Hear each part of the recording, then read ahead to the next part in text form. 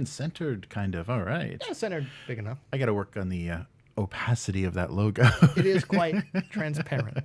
It's like a watermark that's just drifting between Well, us. now we know no one can steal this video. That's right. Yeah, that was never a concern of mine, but nice. So how's it going? It's going. How's the Hobby-tober? What's I forget. Oh yeah, Tabletop-tober. I've kind of. It's gone out with kind of like a whimper because like the past 2 days it's been like I'm too tired of fucking. Yeah. Yeah, I've cheated a couple days and I'm like reading these rules that or like counts. browsing my miniatures for 3D printing. That counted, right? This last time I just like and I think the next 2 days are off because I'm going to be no, I guess last 2 days of the month I'm going to be like kind of away on a little day trip, so okay. Don't know if I'll be able to finish it, but I'm going to try to. Maybe I've heard there's a no gray November, encouraging people to like paint stuff. So who knows? Maybe I'll do that. Oh, that's cool. Yeah, I need some painting motivation. Yeah. I really enjoyed doing the warband for Frostgrave. Yeah, so I got to get painting, and it'd be nice to. And I didn't realize I'd kind of been moving away from white metal stuff, and I guess because the fussier version of that I've been doing is all the infinity miniatures, which are all you're putting little antenna and little vents and things in white metal on miniatures with super glue. White metal. Yeah, wow. so it's a real pain. They hold detail really well, but I forgot when they're just kind of more classic miniatures how much fun they are to paint, and then how much like weightier they are in your hand and stuff. Oh yeah, you're with your dwarf warband. Yeah, you can actually brain someone with this as opposed to like.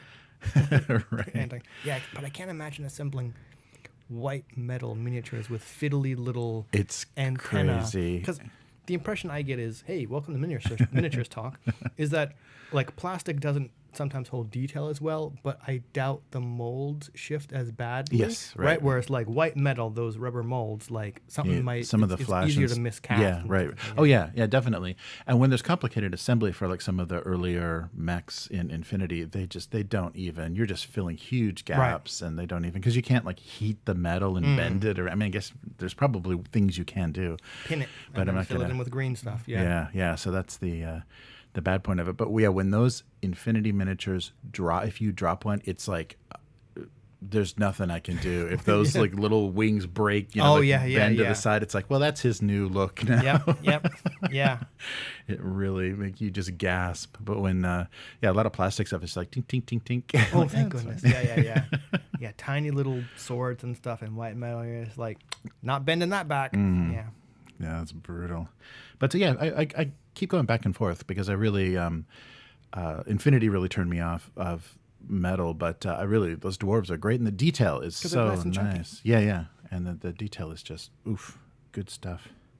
Yeah, and I guess the combination with the contrast paints. And those tiny details is really really good match. I'm gonna start to try more Zenithal Prime stuff. Oh, nice. Yeah.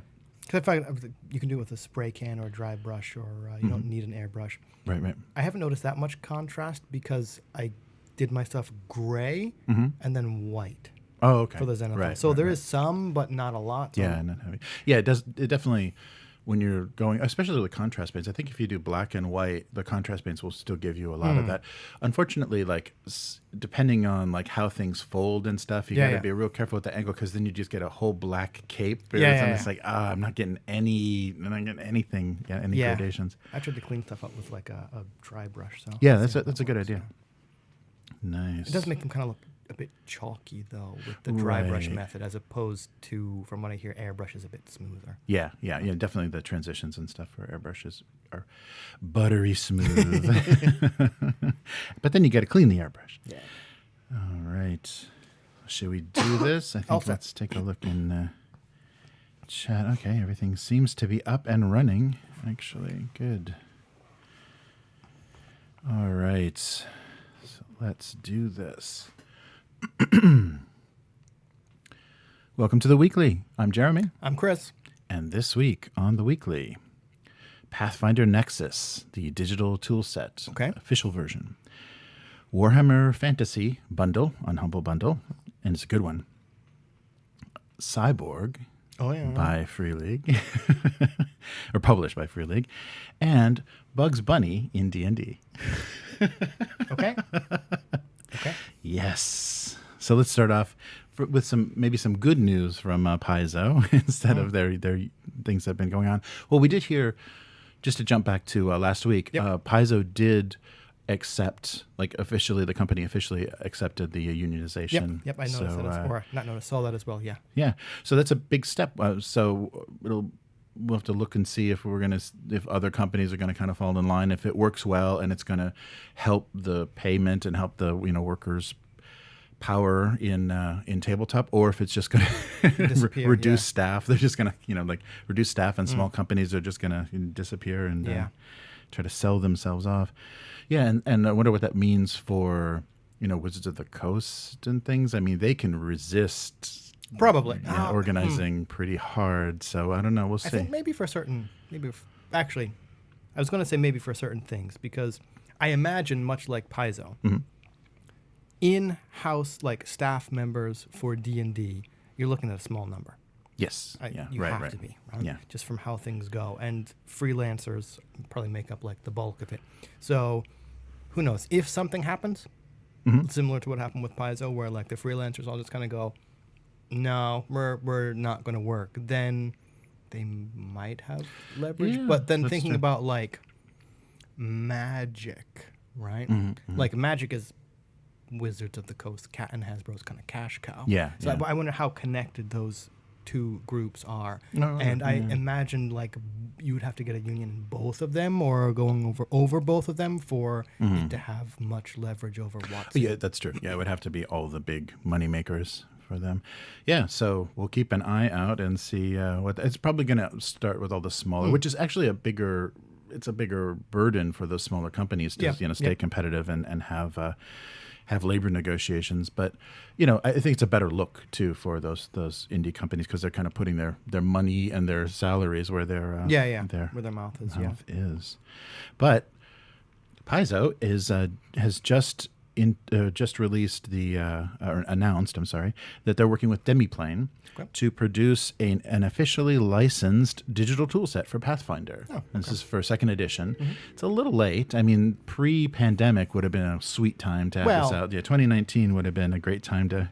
So they might be reacting to the big spike in what they've seen on Roll20 and things with their games. But this is not until early 2022, so we've got a few months still. Oh my goodness, you're right. Yeah, it's early 2022. That's only 5 months. Yeah. Yes, and it depends on digital release dates and stuff. Early can mean who knows, but so Pathfinder Nexus is the official title. It will include a character builder, game compendium, digital videos, interactive character sheets, a play space with video chat, and tools that are fully integrated. So the lead designer for this is Adam Bradford, who also worked on D&D Beyond. Right. Okay. So there's experience here. So they're not going to fumble this. This isn't going to be like a developer that's never done this before and have to figure it all out from scratch. And there's a little quote from Adam saying, "Pathfinder Nexus will give players the kind of support and dynamic, expansive game that Pathfinder deserves.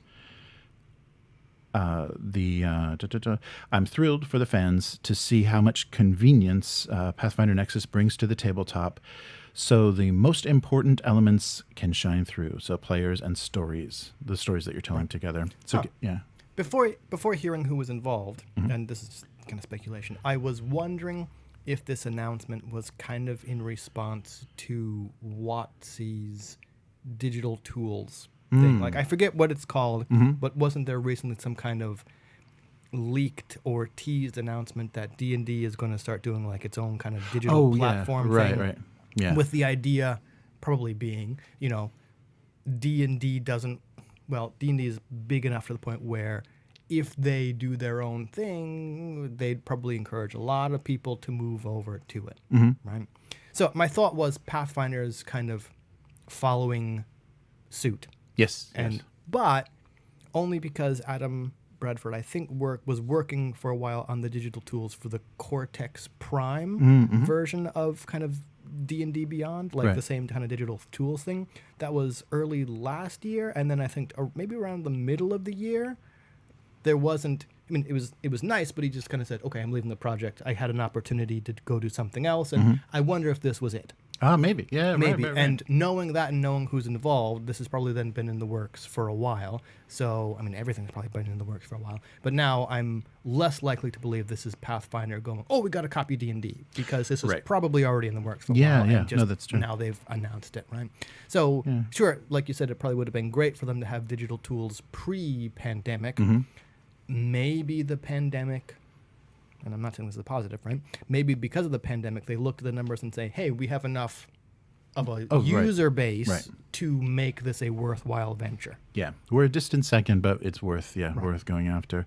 Yeah, and I don't know how I feel about these. This is kind of like when these TV studios start their own streaming platform to put one popular show there. So, the American Office is now going to be on Peacock. And it's like, I'm not going to subscribe to that, But I guess, if you are Pathfinder players and you've been using like Roll20 official modules or whatever, and if you're going to have everything all in one place and everyone's loyal to Pathfinder, that's the thing that they like to do, it would be good to support the official digital tool set, but not if you're buying everything again. It's that's the frustrating part of it is like, I already own, so they're going to have trouble dragging people away if they've invested hundreds of dollars already in the digital modules and supplements and everything, so that they can use that on Roll20, and now they're going to have to go over to something else. So yeah, it's a difficult thing to kind of figure out what's worth it. So I don't know. A virtual tabletop. The other thing that I'm kind of hesitant about, and I think Pathfinder could fall into it, is once you do have a real swanky interface, you've got all these little cool tokens for your characters and stuff. It's basically like playing a PC game that you're talking over, that the computer the software is handling some of the mechanics and you're kind of talking through your characters, but the combat feels like a turn-based PC RPG. It is. Sorry. Yeah. Right. So that it just reminds you. It can take the combat and turn it into that they were doing this. At least like miniatures on a table and stuff, and a DM drawing a map and stuff is a little more fun and tactile. And when you're just like, oh, that looks nice. Oh, look, the fire is flickering, and okay, and it's like. What are we doing? Why don't we just like stream, because there are PC RPGs that have very interesting dynamic lighting that you can play online together. So your characters are there and you can just talk the whole time. You can say what your character was going to say. Hate to break it to you. People who play D&D 5e and Pathfinder like that turn-based. Yeah. So I get what you're absolutely not disagreeing. Right. Totally get what you're saying about it. Does feel a little bit like companies coming up with a streaming service just to promote this one thing. But I guess, they're probably, just like the D&D digital tools, they're probably looking to attract the hardcore Pathfinder players who just I only play Pathfinder. That's about the only thing that I play. So moving over to this other platform totally makes sense. Yeah. And I guess they feel there are enough of those people to make this venture worthwhile. I don't think, and the same with the D&D digital tools. Actually, no, maybe a little bit different for D&D, but I think you're probably not going to get the people who play everything to switch over to these Pathfinder Nexus tools, or whatever, right? Because they just play everything, and it makes more sense to have a general thing. Yeah, I think that might be my voice. I think it might be a little bit different with D&D, just because D&D is an 800-pound gorilla. You might get more people saying, well, I play other games, but I play D&D often enough, and everything is going to be in D&D. You're probably going to get more people swapping over to that than you would for Pathfinder. But I don't think it's going to necessarily be... It's not going to be a bad thing, right? Yeah. But I wonder, as you said, if people have already bought material, and I don't know how Nexus would do this, if they could somehow look at people's purchase and be like, oh, you purchased this Pathfinder module through Roll20 or whatever virtual tabletop you're using, so you get it over here, because having to buy things again is a turnoff. I'm sure there's going to be some hardcore fans who'll do it because they love the game that much, and I saw someone talking about with the release of the announcement of the D&D digital tool, saying they've bought the same product 3 times, right? Yeah, right. And they were actually kind of saying, I'm happy to do this. And I'm like, really? Why would you want to do that, right? But they were saying having to buy it again would kind of be like a breaking point for them, right? So there's only so many times you can get people to pay for the same thing before they go, yeah, no. Yeah, and there has to be a real high level of polish on the assets and everything that you're going to be buying. Because I played Call of Cthulhu and downloaded one of the starter set adventures on Astral. Okay. And the official module, it was cheap. It's just a couple of dollars, but it was terrible. Oh, wow. The character sheets for the pre-gens were great. That was it. Everything else, everything Kinda else didn't work. sucked. No, it was just like really low. I don't know where they got these graphics and stuff. It was really low rent. I'm like, wow, this is an official product that Chaosium said, okay, here's our stamp of approval, put on their website for sale. I'm like, it's garbage. I mean, I just deleted most of the assets and replaced them myself, with stuff that from the starter set, because I didn't even use very many official art assets and stuff. It was odd. It was a really odd thing. So it has to be good quality because it's going to represent, the company. It's their official tool set. So I hope it works well for them, and I hope they figure out a way not to gouge players and to give them some like, value added things that are like, I'm so glad we switched over to this. This feels more like Pathfinder. We have access to more things. Well, I wonder if the one time I played Pathfinder was like and this was like a 5 or 6 session kind of thing, and it did feel a bit kind of like playing a PC game on a computer. I mean, but I think part of the appeal of moving to that virtual tabletop is giving the computer or the software the ability to calculate that stuff. Yeah, for it you, does so you all can that, kind right. of My point is, why have that fucking math in there anyway, right? Like, let's just play a game that doesn't have all that fucking math in it, right? But I mean, I understand, if you want to play Pathfinder and that's what you do, and you love that system, then a dedicated virtual tabletop that'll make those calculations for you. It's great. That's perfect for you, right? Right. No, that's true. To take some of that away, just so, and so there's no referring to rules and stuff because you've got all the bonuses and everything are built in. Yeah, just built in there. Yeah. So that's it's a good thing, and hopefully it's good for Paizo, and hopefully they get past their problems, the morale problems. Stuff. We'll say, hopefully that goes well. So we'll take another look at this, and you're able to pre-order now in early access feature, so you can pre-buy things before the actual release. Is it a subscription service? It doesn't say. It just says starting today they'll grant early access to content in the service's digital reader. So maybe they want to show off a little bit. This is how you access stuff, and look at this. It's all hyperlinked. Or they probably want to get people excited for the usability of it, but it doesn't say. It probably will be, if it follows the other model of virtual tabletops, players can play it for free. The assets and everything are unlocked, and then the GM has to have a premium subscription or something. So we'll see how they handle that and what they add to it that differentiates it. If there's even a need to do that, I don't know. Maybe players just haven't. It's just enough. Yeah. They may have some certain expectations, and that's all you need to meet. So we will see Pathfinder Nexus on the horizon for early 2022. So Humble Bundle, this could not be better timing for me because I was just frustrated. So I found a good deal on Enemy Within, the first, or Enemy in Shadows, the first book. But because I didn't buy it directly from Cubicle 7, I didn't get the PDF. But the PDF is included in this Humble Bundle. So the Humble Bundle, it's got a couple more weeks left, is a Warhammer Fantasy Roleplay. And it's a huge amount of books. It's like 24 books, so like almost 50 books from the series, including things that haven't ever been in digital form before. Cool. I mean, legally, I'm sure they exist in scans. But for as little as $1, you can try out Cubicle 7's 4th edition Warhammer Fantasy with this Humble Bundle. So the $1 level will get you their starter set. And the starter set includes the pre-gen characters, along with 2 standalone adventures, If Looks Could Kill, and the Buildings of Reikland, which detail a bunch of locations in the old world.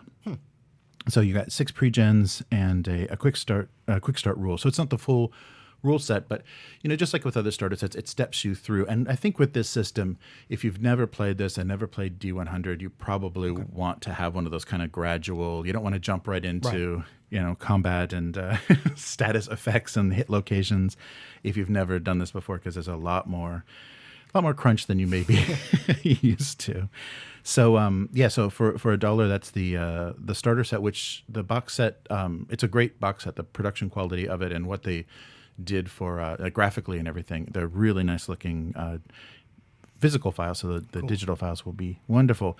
If you jump that up to $10, you'll then unlock the core book for 4E. So that's the full rules, plus the GM screen and a bunch of assorted scenarios. And then by the time the next two tiers unlock the almost $48 or 48 books. So $18 gets you several more scenarios, and then the full $30 gets you everything. So that's almost 50. So it's about $573 in PDFs if you would have bought that. DRM free PDFs. Yeah, too, right. Yeah, because Cubicle 7, their stuff is not cheap, but it's well produced. Like the production quality is really nice. So this collection includes the core rules of Warhammer Fantasy's older first and second editions. The second edition, which has never been in PDF form, digital PDF form before. So this won't be a scan somebody's thrown together with just a bunch of JPEGs in a PDF. This is going to be copy, actual text files and maybe searchable, reader searchable, and have a lot more use and be much more readable and printable. And then several GM packs and adventures and supplements. And so I think it looks like just about almost everything that was released for second edition. Oh, cool. So in the early 2000s, that's second edition came out, and just everything that they produced. And that was like Black. It wasn't Black Library yet. I forget what the production. Yeah, Black, like Foundry or something. I couldn't tell you. Yeah. But so that's a lot of the second edition, and so the rules of course have been updated for fourth edition, and we're kind of skipping that third edition. If you don't know, it was kind of the board game edition. Okay. So the Fantasy Flight, very heavy on tokens and the crazy dice, the narrative dice system. So we're kind of jumping over that. So I don't even know. Maybe they don't own it though. Yeah, they may not own it. The rights to reproduce all of that. Yeah, so they may actually have access to the rule set, but without all the board game elements, you can't even play the game. Yeah. But so if you're curious about that, and so the second edition books though are amazing source material. So stuff that they haven't even touched on in fourth edition yet. They're still kind of reprinting stuff. So all the books of the different schools of magic and everything that. You would want is all in those second edition books. It's crazy the amount of stuff that's on offer. Are you still running your Warlock game? Yes. I was going to say, what version of Warhammer Fantasy Roleplay were you kind of using port over? I was doing first edition with everything. Okay. And so basically I'm using just everything from the source. So all the rules and stat lines and stuff don't mean anything because it's so simplified. So this is really nice to have kind of updated source. And I think second edition covered things a bit more thoroughly, and in a little bit more. The production is a little more luscious, and the detail is nice. Whereas that early first edition is just real janky black and white with these little tiny illustrations for a lot of the characters and things. But this is going to be a lot of stuff. So bestiaries, character compendiums, a ton of stuff. So if you're interested at all, or if you missed Warhammer Fantasy, or if you've got some cruddy PDFs you downloaded from somewhere and want a decent edition, this would be a good chance. And that top tier, that $30 tier, also gives you 20% off at the Cubicle 7 store. Oh, wow. Okay, So it gives you like a month. So if you wanted like physical copies too. Right, yeah. So if there's anything that you wanted physical of the new, so that's a great way to get the new core book, because 20% off is going to take a big chunk out of that. Or if you have an old OSR-ish kind of grimdark game that you want source material for, So this really excited me. It was perfect timing for what I was doing, and we just had the second session of that. It's going really well. The players are amazing. Like all the little details that they have in the rules, especially the first edition, is like, and if the players try to steal the stagecoach, you're just like, they would never do that. Oh my God, they're doing that. They did. So it's been really fun. So I think I'm starting to really be charmed by rules light systems because it gets so much out of the way. I did not have to look up a rule an entire session, and that if we were playing, but you still engage with the rules, yeah, right? right. This is not we didn't roll dice the entire session. Yeah, well, yeah. Then why the fuck are you playing the game? No, right? exactly. No, there was a lot of rules and a lot of like when it was a critical success, it changed things dramatically, and when it was a fumble, so there are great mechanical effects that happened. And I didn't have to go back because 4th edition, would definitely be going back. Hold on. Yeah, hold on. wait. Okay, so that was a hit to your left arm. Okay, wait. I don't You have lost that. a couple fingers. Were you wearing a ring? Yeah. So it helped a lot because a few of the playthroughs I was watching of this same adventure in 4th edition, they did say, well, you know what that's going to do? And I'm like, wow, if I was having to like adjust difficulties on so many different levels, your social status versus, it's like, oh, okay, I'm not, So this was really perfect. And especially for the, we're a newer group and haven't played together much before. This makes things so much easier and lets the players kind of feel out their characters and do more role play. But also there's enough strategy in it because you're still in cover, you're still aiming shots and stuff. So there's still some strategic elements of combat. Cool. But so this is perfect timing. So anybody that's interested in the dead world of old world Warhammer Fantasy, all the details. I know all the details. I guess they're trying to bring it back, but they're going to bring it back in the stupidest way possible. It looks very garish and Age of Sigmar. Like they've showed production sketches and things. They? Yeah, Interesting. and so it's going to be a very expensive.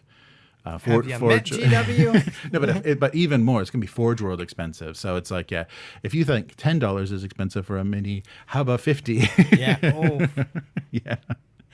Yeah. So it's I tangent, but with all like the 3D printers, 3D print like creators, right, that are doing Warhammer Fantasy and 40K themed stuff.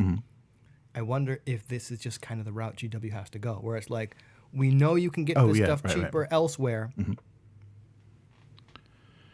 Yeah, we're going to have to become fucking Mercedes-Benz. Yeah. I don't know car, so if there's a more expensive brand, please tell me, right? We're going to have to become like, I don't know, the whatever of the miniatures world, and loyalty is just going to keep people buying it, and we can no longer appeal to... I don't know. Mid to low level gamers. We just can't. Right. It may be. It may be the case. And I don't know. I don't know what the thinking of bringing fantasy back when they're already pushing Age of Sigmar so hard. And there's duplication. Like Age of Sigmar brings back all of these named characters and places and things, just places them in these bubble dimensions and they're planes, I guess. And so it's an odd thing. It's an odd move, and it's just because they're trying to pander to fans and the things that people have been wanting, asking about again and again. Yeah, pander kind of has a negative term, but I mean, like, if there's enough demand, yeah, that's true. And why not as a company? Yeah, and if the timing is right, like everybody that like is mourning the death of their metal, fantasy armies, and now they've got a few more decades of income, and now we're going to release. Do you remember playing this game? Look at this luscious, amazing, premium version. So basically, they're making the Horus Heresy, the 30K of Warhammer Fantasy. So a premium like nostalgia base, like this is recreating, what we got from the novels and things. So it seems like they're going to be doing that, which I don't know how well that's going to work, and it looks pretty bad. It looks they're really Age of Sigmaring it up. I don't know a better way. It's a little too fancy. Extreme fancy, yeah. Yeah, it's not Mud and Blood anymore. It's a little too. The Oshade Warhammer Fantasy. So we'll see. Kira. Yeah, but Cubicle 7 does. Sorry, I broke him. Oshade and Kira Warhammer Fantasy. Oh man! Well, at least the Japanese players might get on board, and the Koreans. But so Cubicle 7 does good stuff. And if you want black, what was it?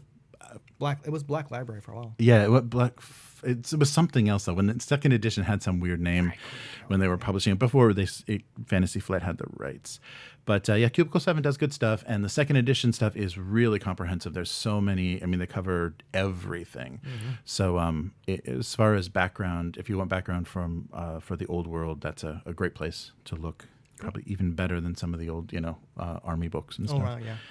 So, yeah, that's running for a few more weeks, and I'll put a link to that in the description. Cool. And supporting that also supports the channel because we have an affiliate link for the Humble Bundle. So go buy that Humble Bundle.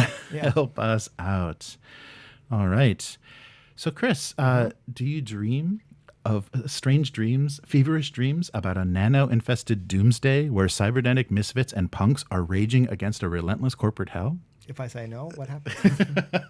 Is this like well, then you don't Turing get test or whatever? You don't get this announcement. Yeah, right. I should have taken a video of your pupil as I asked you that.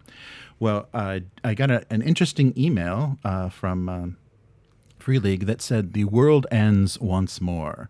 So the cyberpunk spin-off game Cyborg is coming. So this is the Mork Borg. So that's dark fantasy, right. And so this is what synth metal, industrial hip hop. I don't know what music would you pair with a cyberpunk version.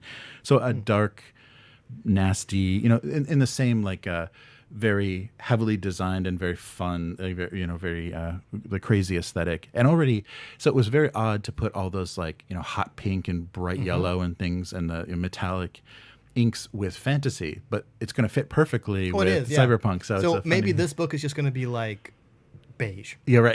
That brown. That would be great if it's all earth tones. Yeah, yes, it is. All boring natural earth tones for the cyberpunk future. Yeah. Right. Yeah, we'll have to see what Johan has in store. So the same designer, different writer, designer, game designer is different, but the artist is going to be the same. The art direction will be the same. So they're going to have a Kickstarter on November 13th to release this and publish through that collaboration with Free League and Stockholm Cartel again. So very fun to see what they're going to do. So yeah, in the same way that they tried to make a really gritty but playful. Like it wasn't so supposed to be so dark that you were gagging and it had a sense of humor to it like the early fantasy roleplay did, but kind of taken to an extreme and designed to an extreme. And I think because I just did a flip through an unboxing of Mork Borg and a lot of supplement things that came with that, and that's the thing you really do feel is. Yeah, we wanted something heavily designed because we're tired of we're looking at Word docs of rule sets, and it's like, what if this had a really crazy aesthetic that matched the setting that we wanted to do? And I think that they captured that really well. And I'm surprised Warlock and Mork Borg there's a lot of similarities in the choices they made mechanically and things, if not visually. Yeah, right. Yeah, so there's I think it's that rules light that works really well. So the same way that Warlock gets out of your way and lets you play, Warhammer Fantasy, I think these systems will do the same for Cyberpunk and things. Which the Cyberpunk Red it's a rules light version of that, and there do exist because we played the Sprawl and things. There are more rules light versions of Cyberpunk, but I think this particular kind of paring down might work really well. I'm wondering what the mechanics are going to be like because I certainly haven't soured on Cyberpunk. I mean, no disrespect for people who have, since we live in capitalist dystopia hellscape, right? We're living this shit. So if you kind of get burnt out, I understand. Yes. But I also have kind of looked at Cyberpunk, and we've had a number of discussions where it seems like Cyberpunk as a genre has been commodified and corporified to where it's like, hey, just because you got black trench coats and katanas, that's not okay. That's become the mainstream kind of cyberpunk. That's not really what cyberpunk arguably ought to be, because I think there's a good argument that even kind of the earlier pioneers of cyberpunk, like Gibson and Neuromancer and stuff like that, you look at it and you're like, okay, it's kind of there, but even the main characters end up kind of being corporate sellouts. Yeah. Right? So there's a solid argument to be made that cyberpunk is not kind of rebelling against the system. It's being an outcast kind of trying to get back into the system or working within it. But I kind of enjoy cyberpunk that is kind of, I guess, the more socially aware of, nope, we're trying to dismantle the synth system, and we're playing Outcast. So I wonder what Cyborg will be. Will it be the kind of Mork Borg aesthetic version of katanas and trench coats? Or will it be sort of the more recent, socially aware, we're trying to dismantle this system based on that single tagline, the world ends again? Yes. I'm thinking it's the former. Yeah, I hope that, because if they keep that apocalyptic aesthetic where it's like doomsday is looming, and are you going to just... You got like 3 days before, Yeah, you're just going to scavenge for creds, or are you going to actually try to stop it? You're going to try to do something about what's happening. Can you stop it? Because it's getting back to Mork Borg, like... Okay, I think I've looked at a few pages of the book. It looks amazing. I haven't really looked at the system. I get the sense you can't stop the apocalypse in Mork Borg, and it's like, sorry, yeah. In certain adventures, like there is a big bad to face and a thing that's like unraveling, and I think so what was included in the core book is just a starting adventure, but it kind of introduced the idea of like the two-headed basilisk and the like this thing looming over the world. You eventually want to work your way up to challenging it, and to do that you have to there'll be a few courses to kind of power up, beef up your characters. I don't know if there has been an ultimate a climax or anything that they've released yet, but there's been a lot. There's been a lot for that. So setting. You might actually be able to avert the apocalypse in Mork Borg. I'm not sure. That's kind of like the moral choice that the rulebook says. So you're just gonna blood. You're just gonna dig for blood-soaked gold, or you're actually gonna try to find out what's going on. Right. So it may not be a solvable problem, but you may see who's screwing things up. Right. Well, interesting. Well, then I'm a bit more curious about Cyborg, because maybe they're kind of doing the same thing where it's like, shit's fucked. All right, there goes our PG rating, whatever, right? Are you going to just amass as many credits as you can because who cares, the world is ending, or are you going to try and actually do something? Yeah. So they say the game is about climate collapse, out of control consumerism, the commodification of personal data, late stage capitalism, transhumanism, and senseless violence. So 160 pages of cybernetic upheaval. So and Christian Salin is a veteran Swedish OSR designer, and of course Johan Nor, the artist, and that's worked on a lot of the original book, and then support for Mork Borg, and so we'll see. And I think the important thing that cyberpunk has to have is those two levels, like cyberspace and real space, like meat space and cyberspace, is important. So if they make if there's something interesting to do in both of those, and there's some interaction between the two, I think it might feel nice and cyberpunk. Well, I was going to say cyberpunk or the Matrix stuff is essentially magic. Right. Which is why I don't like Shadowrun, because how do you blend those two things when they're essentially the same thing, right? Especially mechanically. But I wonder if you would have to have... Okay, the element, I think, would have to be there. I don't think it would necessarily have to be interacted with by the players. Oh, okay. To mean it's a cyberpunk world. Oh, right? interesting. I think you could probably totally run stuff where we don't have a hacker. Although hackers exist and the Matrix exists on the stuff. Right. We don't have one. We're not going to explore it in this game. Yeah, I wonder, because doing something rules light means that might be one of the things you kind of jettison, or how you interact with it is very different. Or it's all just fictionally based. Yeah, but for me, the same way that like Call of Cthulhu is, health and sanity. Like you have those two things that you have to keep track of. Yeah, definitely Cyberpunk has to have like there's something that's going on, because that is the oppression, I think, of the corporate, of the corporations built cyberspace, and you are, attacking it the same way that you're raiding a fortified, building or whatever. To get into that. Yes. Air-gapped server, right? Yeah, so it'll be fun to see, and I'm really curious about the aesthetic of the book too. Calling it now. Neutral brown earth tones to clash with the future.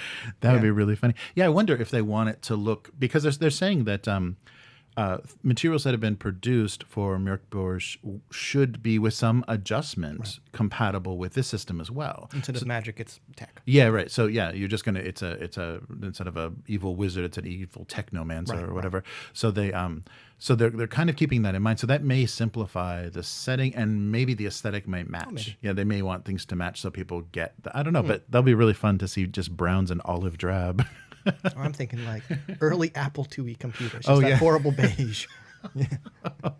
That'd be nice. And you have to big SCSI ports for all of your access. Ooh. So it's going to use an updated version of the original Mork Borg rules, keeping featherlight openness and simplicity while adding elements like autofire, cybertech, and hacking. Well, that's great. And then the 6 optional character classes that are included are Shunned Nanomancer, Burned Hacker, and Renegade Slasher are some of them that are included. And that's the thing that I liked. They also have an option if you don't want to theme your character so heavily, you can just play classless. In that game. So it doesn't let you advance things because there's not like detailed things to advance, but you can just play, kind of like in Dark Souls is just the naked guy with a club, you can. I was thinking like undeclared major at university, but sure. Yeah, right. But you can do that to kind of flavor it how you want and not have to be one of these roles, which, pushes your role play one way or another. Oh, cool. So that we've got in a couple of weeks, we have a Kickstarter showing up for that. And if it's the same level of production that they've done with everything, it should be really fun to see. And I'd love, the art direction is a big thing I look forward to checking out. So yeah, if they keep the system, a simple D20 system like they have, it should be easy to play. And also that's going to be a threat just the same way that I'm hacking the old Warhammer Fantasy for Warlock. You can go back through all the cyberpunk, old cyberpunk and Shadowrun, and you'd have to strip out the magic and put those into a rules light rules light games system. So we'll see. Cool. See what that looks like, and so there's an early link for so you can subscribe to the Getting Informed. So I'll put the link to that yet to come Kickstarter in the description. Ambulance. Cool. Yeah, nice. Someone is sick and dying. So this last little bit is just a reminder. So I grew up, like, D&D has been a part of my childhood forever. Like, been like really ingrained. So attracted to like fantasy films and books and stuff just because of that early D&D thing. But as a reminder, D&D has always been stupid, and people have always been trying to make D&D do stupid stuff. Okay. I want to see where this goes. I love this. I love the game, and I love the everything about it. But let's be honest about how silly it is. So somebody just scanned a couple of issues of their old Dragon magazine. Okay. Dragon magazine number 41 from April 1981 statted out the immortal deity known as Bugs Bunny. Yep. So we finally know, as a playable character, that Bugs Bunny would be a 15th level illusionist. I think they also did Daffy Duck. I see. Then Popeye. There was a. I haven't seen Popeye yet. Yeah, there was a lot of silliness in that post, but and I keep seeing that with 5e. People are like, how do you play Wolverine or John Wick or Deadpool in 5e? How to do this? And just like the Dune movie came out, and somebody said, how do you play Dune in 5e? It's like there is an RPG that you can play Dune. Yeah. I don't know. Like, I that's not the first time I've heard about Bugs Bunny as D&D, and I forget what version of D&D they made it for, but yeah, seeing that I kind of go, oh, people have always done this, right? And I've kind of mellowed on this because it can be a decent thought exercise, right? Right. Using these available tools, how do I make this thing? Right. Or how do I make this thing that fits within this system? It's if you want to do that to figure out how a system works, go for it, right? If you want to do it as kind of like a challenge, do it. Whatever reason you want to do it, go for it. I do get a little testy when there's like, there is another game where you do that, right? Right. Are you doing this because you don't have other tools available, because you enjoy the process, or because you want to learn how something, right? There's any number of valid reasons to do this. Right. If you want to play a game, you're often going to save yourself a lot of time and effort to just pick up that other game, right? I want to play Dune. Right. Great, go pick up the Dune game, right? Instead of spending all the time and effort to retrofit D&D or any other game to do it. If you're doing it to learn stuff or get something out of it, cool, great, go for it, right? Yeah, and I guess it is kind of a test to figure out, like, to understand the system and understand, like, okay, so what do character stats actually mean? If I want to stat out something that's like not even from this universe, how would that look? And I think you're right too. We're seeing a lot of that, and I'm sure Hasbro is loving that. Oh, sure, yeah. That the familiarity of the rule set is keeping people in. It's like, I know these rules, Yep. yeah. So I don't want to go. And with that's anything fine, else. right? Yeah, Like, yeah. I don't want to spend the time learning them. Cool, great. I kind of wondered, like, the amount of time you're going to spend in certain cases, right? For me, there comes a point where the amount of time you've spent to do this thing, you could have spent less time learning a new system that probably does what you want to do a little bit better. But if that time you've spent then teaches you to go do something else or helps you better understand, it was not time wasted. Right? Oh, yeah. It's only like, I want to play this game. It's less time to learn the new game than it is to retrofit sometimes. Yeah. No, that's very true. So the stats, we'll just run over a few Yeah. of Bugs Bunny's stats. So, of course, chaotic good. He's got 125 hit points, armor class of -4, so that's AD&D. Yeah. Number of attacks is equal to half the opponent's intelligence score. So that's a lot of attacks. Unless he's interacting with dumb people. Yeah, right. Yes. Yeah, you think they'd be more because, Elmer Fudd, I don't think has a high intelligence score. And his psionic ability is Because he doesn't use magic, 300. And so his stats are 16 strength, 18 intelligence, 16 wisdom, 24 dexterity. I guess that lets him apply makeup and do your hair at that rapid or speed. just downy bullets. Yeah, right. That's right. Constitution 20 and charisma 15, which I thought would be a little bit higher. Oh, he can be abrasive. Yeah. So that was the stat line for Bugs Bunny. Yeah, so this same article, statted a bunch of kids, and so I think it was called the actual article itself was calling it Saturday Morning Monsters. That they makes sense, they wanted to show you how to play. So I don't know if you want to draw. You're converting them to Warlock when? Yeah, right. So I'm going to have a Saturday morning cartoon using the Warlock system.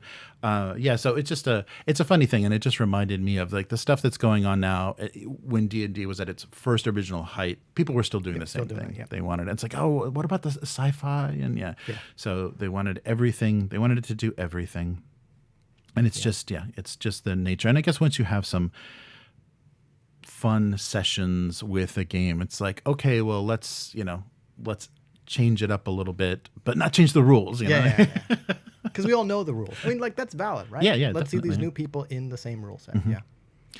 Yeah. So even in 81, there was that stupid tendency.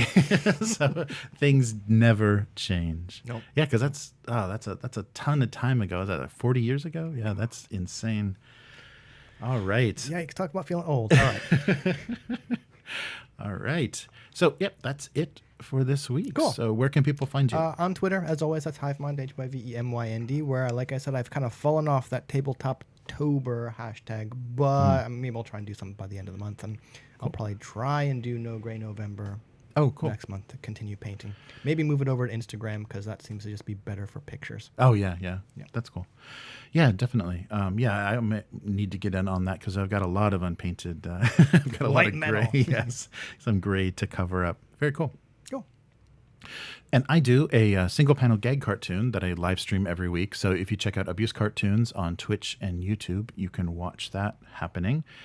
And if you'd like to support this podcast, this YouTube channel, and basically everything we're doing, take a look at Patreon. So patreon.com/upturntable. and you can become a weekling Yep. and directly support this show and let us know kind of what kind of things you'd like to see, what things you don't want to hear about, like Bugs Bunny. Yeah, and or I was AD&D. thinking more Bugs Bunny, right? More Bugs Bunny, yes. Mighty Mouse is coming up next week. geez, yeah. And so everything we do is at upturntable.com and on all social media. So take a look at that. And I think we've got another session of Frostgrave coming Soon, up. yeah. Soon. So there'll be some more of that. And I'm still working on my little foam shipwrecks and things. Oh, that's right. It's the ship one. Yeah, yeah. So it should be good. But that Lich Lord doesn't stand a chance, right? I hope. So we'll 9 more scenarios and we'll find out. yeah, right. Just hope we don't spawn him anytime soon. Oh, yeah. All right. Cool. So thanks for joining us, and we'll be doing the same thing again next week. Later, mortals. Goodbye. Cool. All right, I think I have to bounce. Yeah, sorry. We're good? Cool, Oh, yeah, we're good. About that Bugs Bunny thing. Yeah, yeah. Bugs Bunny and Daffy Duck. And I had forgotten, or I hadn't known they did Popeye, but I wonder what it would be, because barbarians didn't exist back in 81, did they? Right. Yeah, I don't think. Or maybe it was like a prestige class or something. Yeah. Maybe. They made him like a paladin? Yeah. Kind of good, maybe? Not sure. Anyway. Yeah, because barbarian, I mean, now it'd probably be barbarian, just like the rage is spinach. But he doesn't get mindless creatures, he just gets really strong. I don't know how the mechanic would capture his biceps making odd shapes. Oh, yeah. Like World War II ships. Right. I mean, like a little marching tune. Yeah, right. Oh, Or man. set it up sweepy. Yes. Or Yes. what about Jeep? So is that what we're going to be working on? The Yeah. whole Thimble Theater or whatever Oh, that, my yeah. goodness. The entire cast of the Seeger. All right. Yeah. See you next week. Bye. Hey. All right. So thanks everybody for watching this week. So no questions in the chat, so I think I'll wrap things up. So yeah, this is the what I have on the table is the Enemy in Shadows, the like collector's edition that Cubicle 7 did. So it's a beautiful edition. And it's the edge, there's purple on the edge of the pages, and they match with a ribbon. The ribbon matches the setting. So it's a slipcase that has the 2 books, the adventure itself, and then what they call a commentary or companion. I'm sorry, a companion. So the companion book has a lot of extra things in it that you need to kind of flesh things out completely, and to also give you a little bit of insight about how they adapted it to 4th edition. And the frustrating thing, though, that is they include in the companion the original pre-gen, the 6 pre-gen characters that they built for this adventure originally are in the companion. So if you just buy this book and the regular edition of this book, you don't have that. And I guess they're assuming that with 4th edition, maybe you've played the starter set adventures or some of the early releases, because this came a little bit late in the development, because I think 2018 was the first release. No, maybe not that early, but 4th edition has been out for a bit, and they just started working on this adventure. So maybe they're trying to get people that are already actively running Warhammer Fantasy. But it's a beautiful book, really well done on the inside. And so I'll be doing a flip through of this book soon. So I'll show you both of the books of this set and just kind of go through. I don't want to spoil too much in the adventure, but show you how they present everything. And they have an interesting element to these books, both in both collectors and standard edition, the Grognard boxes, which are things. If you've played this before in 1st or 2nd edition, these are tips to help you kind of give you some variation. So there's some surprises in there for players that have played the game previously or played this adventure previously. So you can switch things up, like make mutants into Skaven, or really surprise the characters with kind of big events they think are going to happen. You can kind of subvert those things, and they still will work mechanically, and all the characters will still, the NPCs will still be involved in the same ways. But people that are expecting certain things to happen and they don't happen, they give you a lot of those options about how to tweak the game for people that have already played the adventure. And I think that's a really nice value-added thing that they did. And it goes into a lot of depth of the locations that you have, and of course updated maps and everything. So there's some really gorgeous assets that they developed illustrations and things that they developed for the adventure. So it's definitely worth checking out. And so the PDF of this first book is available in that Humble Bundle. So definitely check that out in that link if you're interested at all, because I think it's the second tier. So like the $8 or whatever tier will get you the PDF of this if you'd like to see what they did with that adventure. But so it's really, really going well. The Warlock rule set with this adventure has been fun. Really, really fun. And I don't know if you can see, oh, there you go, a little bit on the camera. It's a foil, so they did a nice kind of foil effects on the front. So some spot UV coat and then nice foil and then the edging on the pages. So it's nice, but it doubles the price. I mean, you do get a slip case. Both of the books have these special edition covers. And they also do include an envelope that has a printed out materials. So all of the handouts that are in this book, they have printed out on like A4 sheets in an envelope inside the set as well. So it helps a little bit, even though some of the sizing, they're basically the same size that they appear in the book. And for some situations and some of the letters and things, it's not completely legible. So you're still gonna maybe want to do some variations of those. But it's a nice thing to add is player handouts. So some nice full color printed handouts for the adventure. So excellent. So thank you everyone for joining us. We'll do this again next week and hopefully have some more fun things to talk about. Let us know in the comments or on the Patreon or wherever you want to interact. Anything you'd want to see or anything you want to see less or more of on the weekly. So we're definitely looking forward to a new cyberpunk version of the kind of dark sci-fi now of cyborg, right? Cyborg. So take a lock at the flip through. So I flipped through several of the adventures, the first published adventures, as well as the Putrescence Regnant, the LP adventure. So the adventure that's based on a vinyl record for Mork Borg as well. It's very very cool. Yeah, it's a very fun unboxing. And if you want to take a look at like what the graphic design and stuff looks like in those games, I'll flip through everything and kind of show off the metallic inks and stuff. So very high production value, but still very usable book and a great rules light system. So thanks for joining us, and we'll be back next week. Goodbye.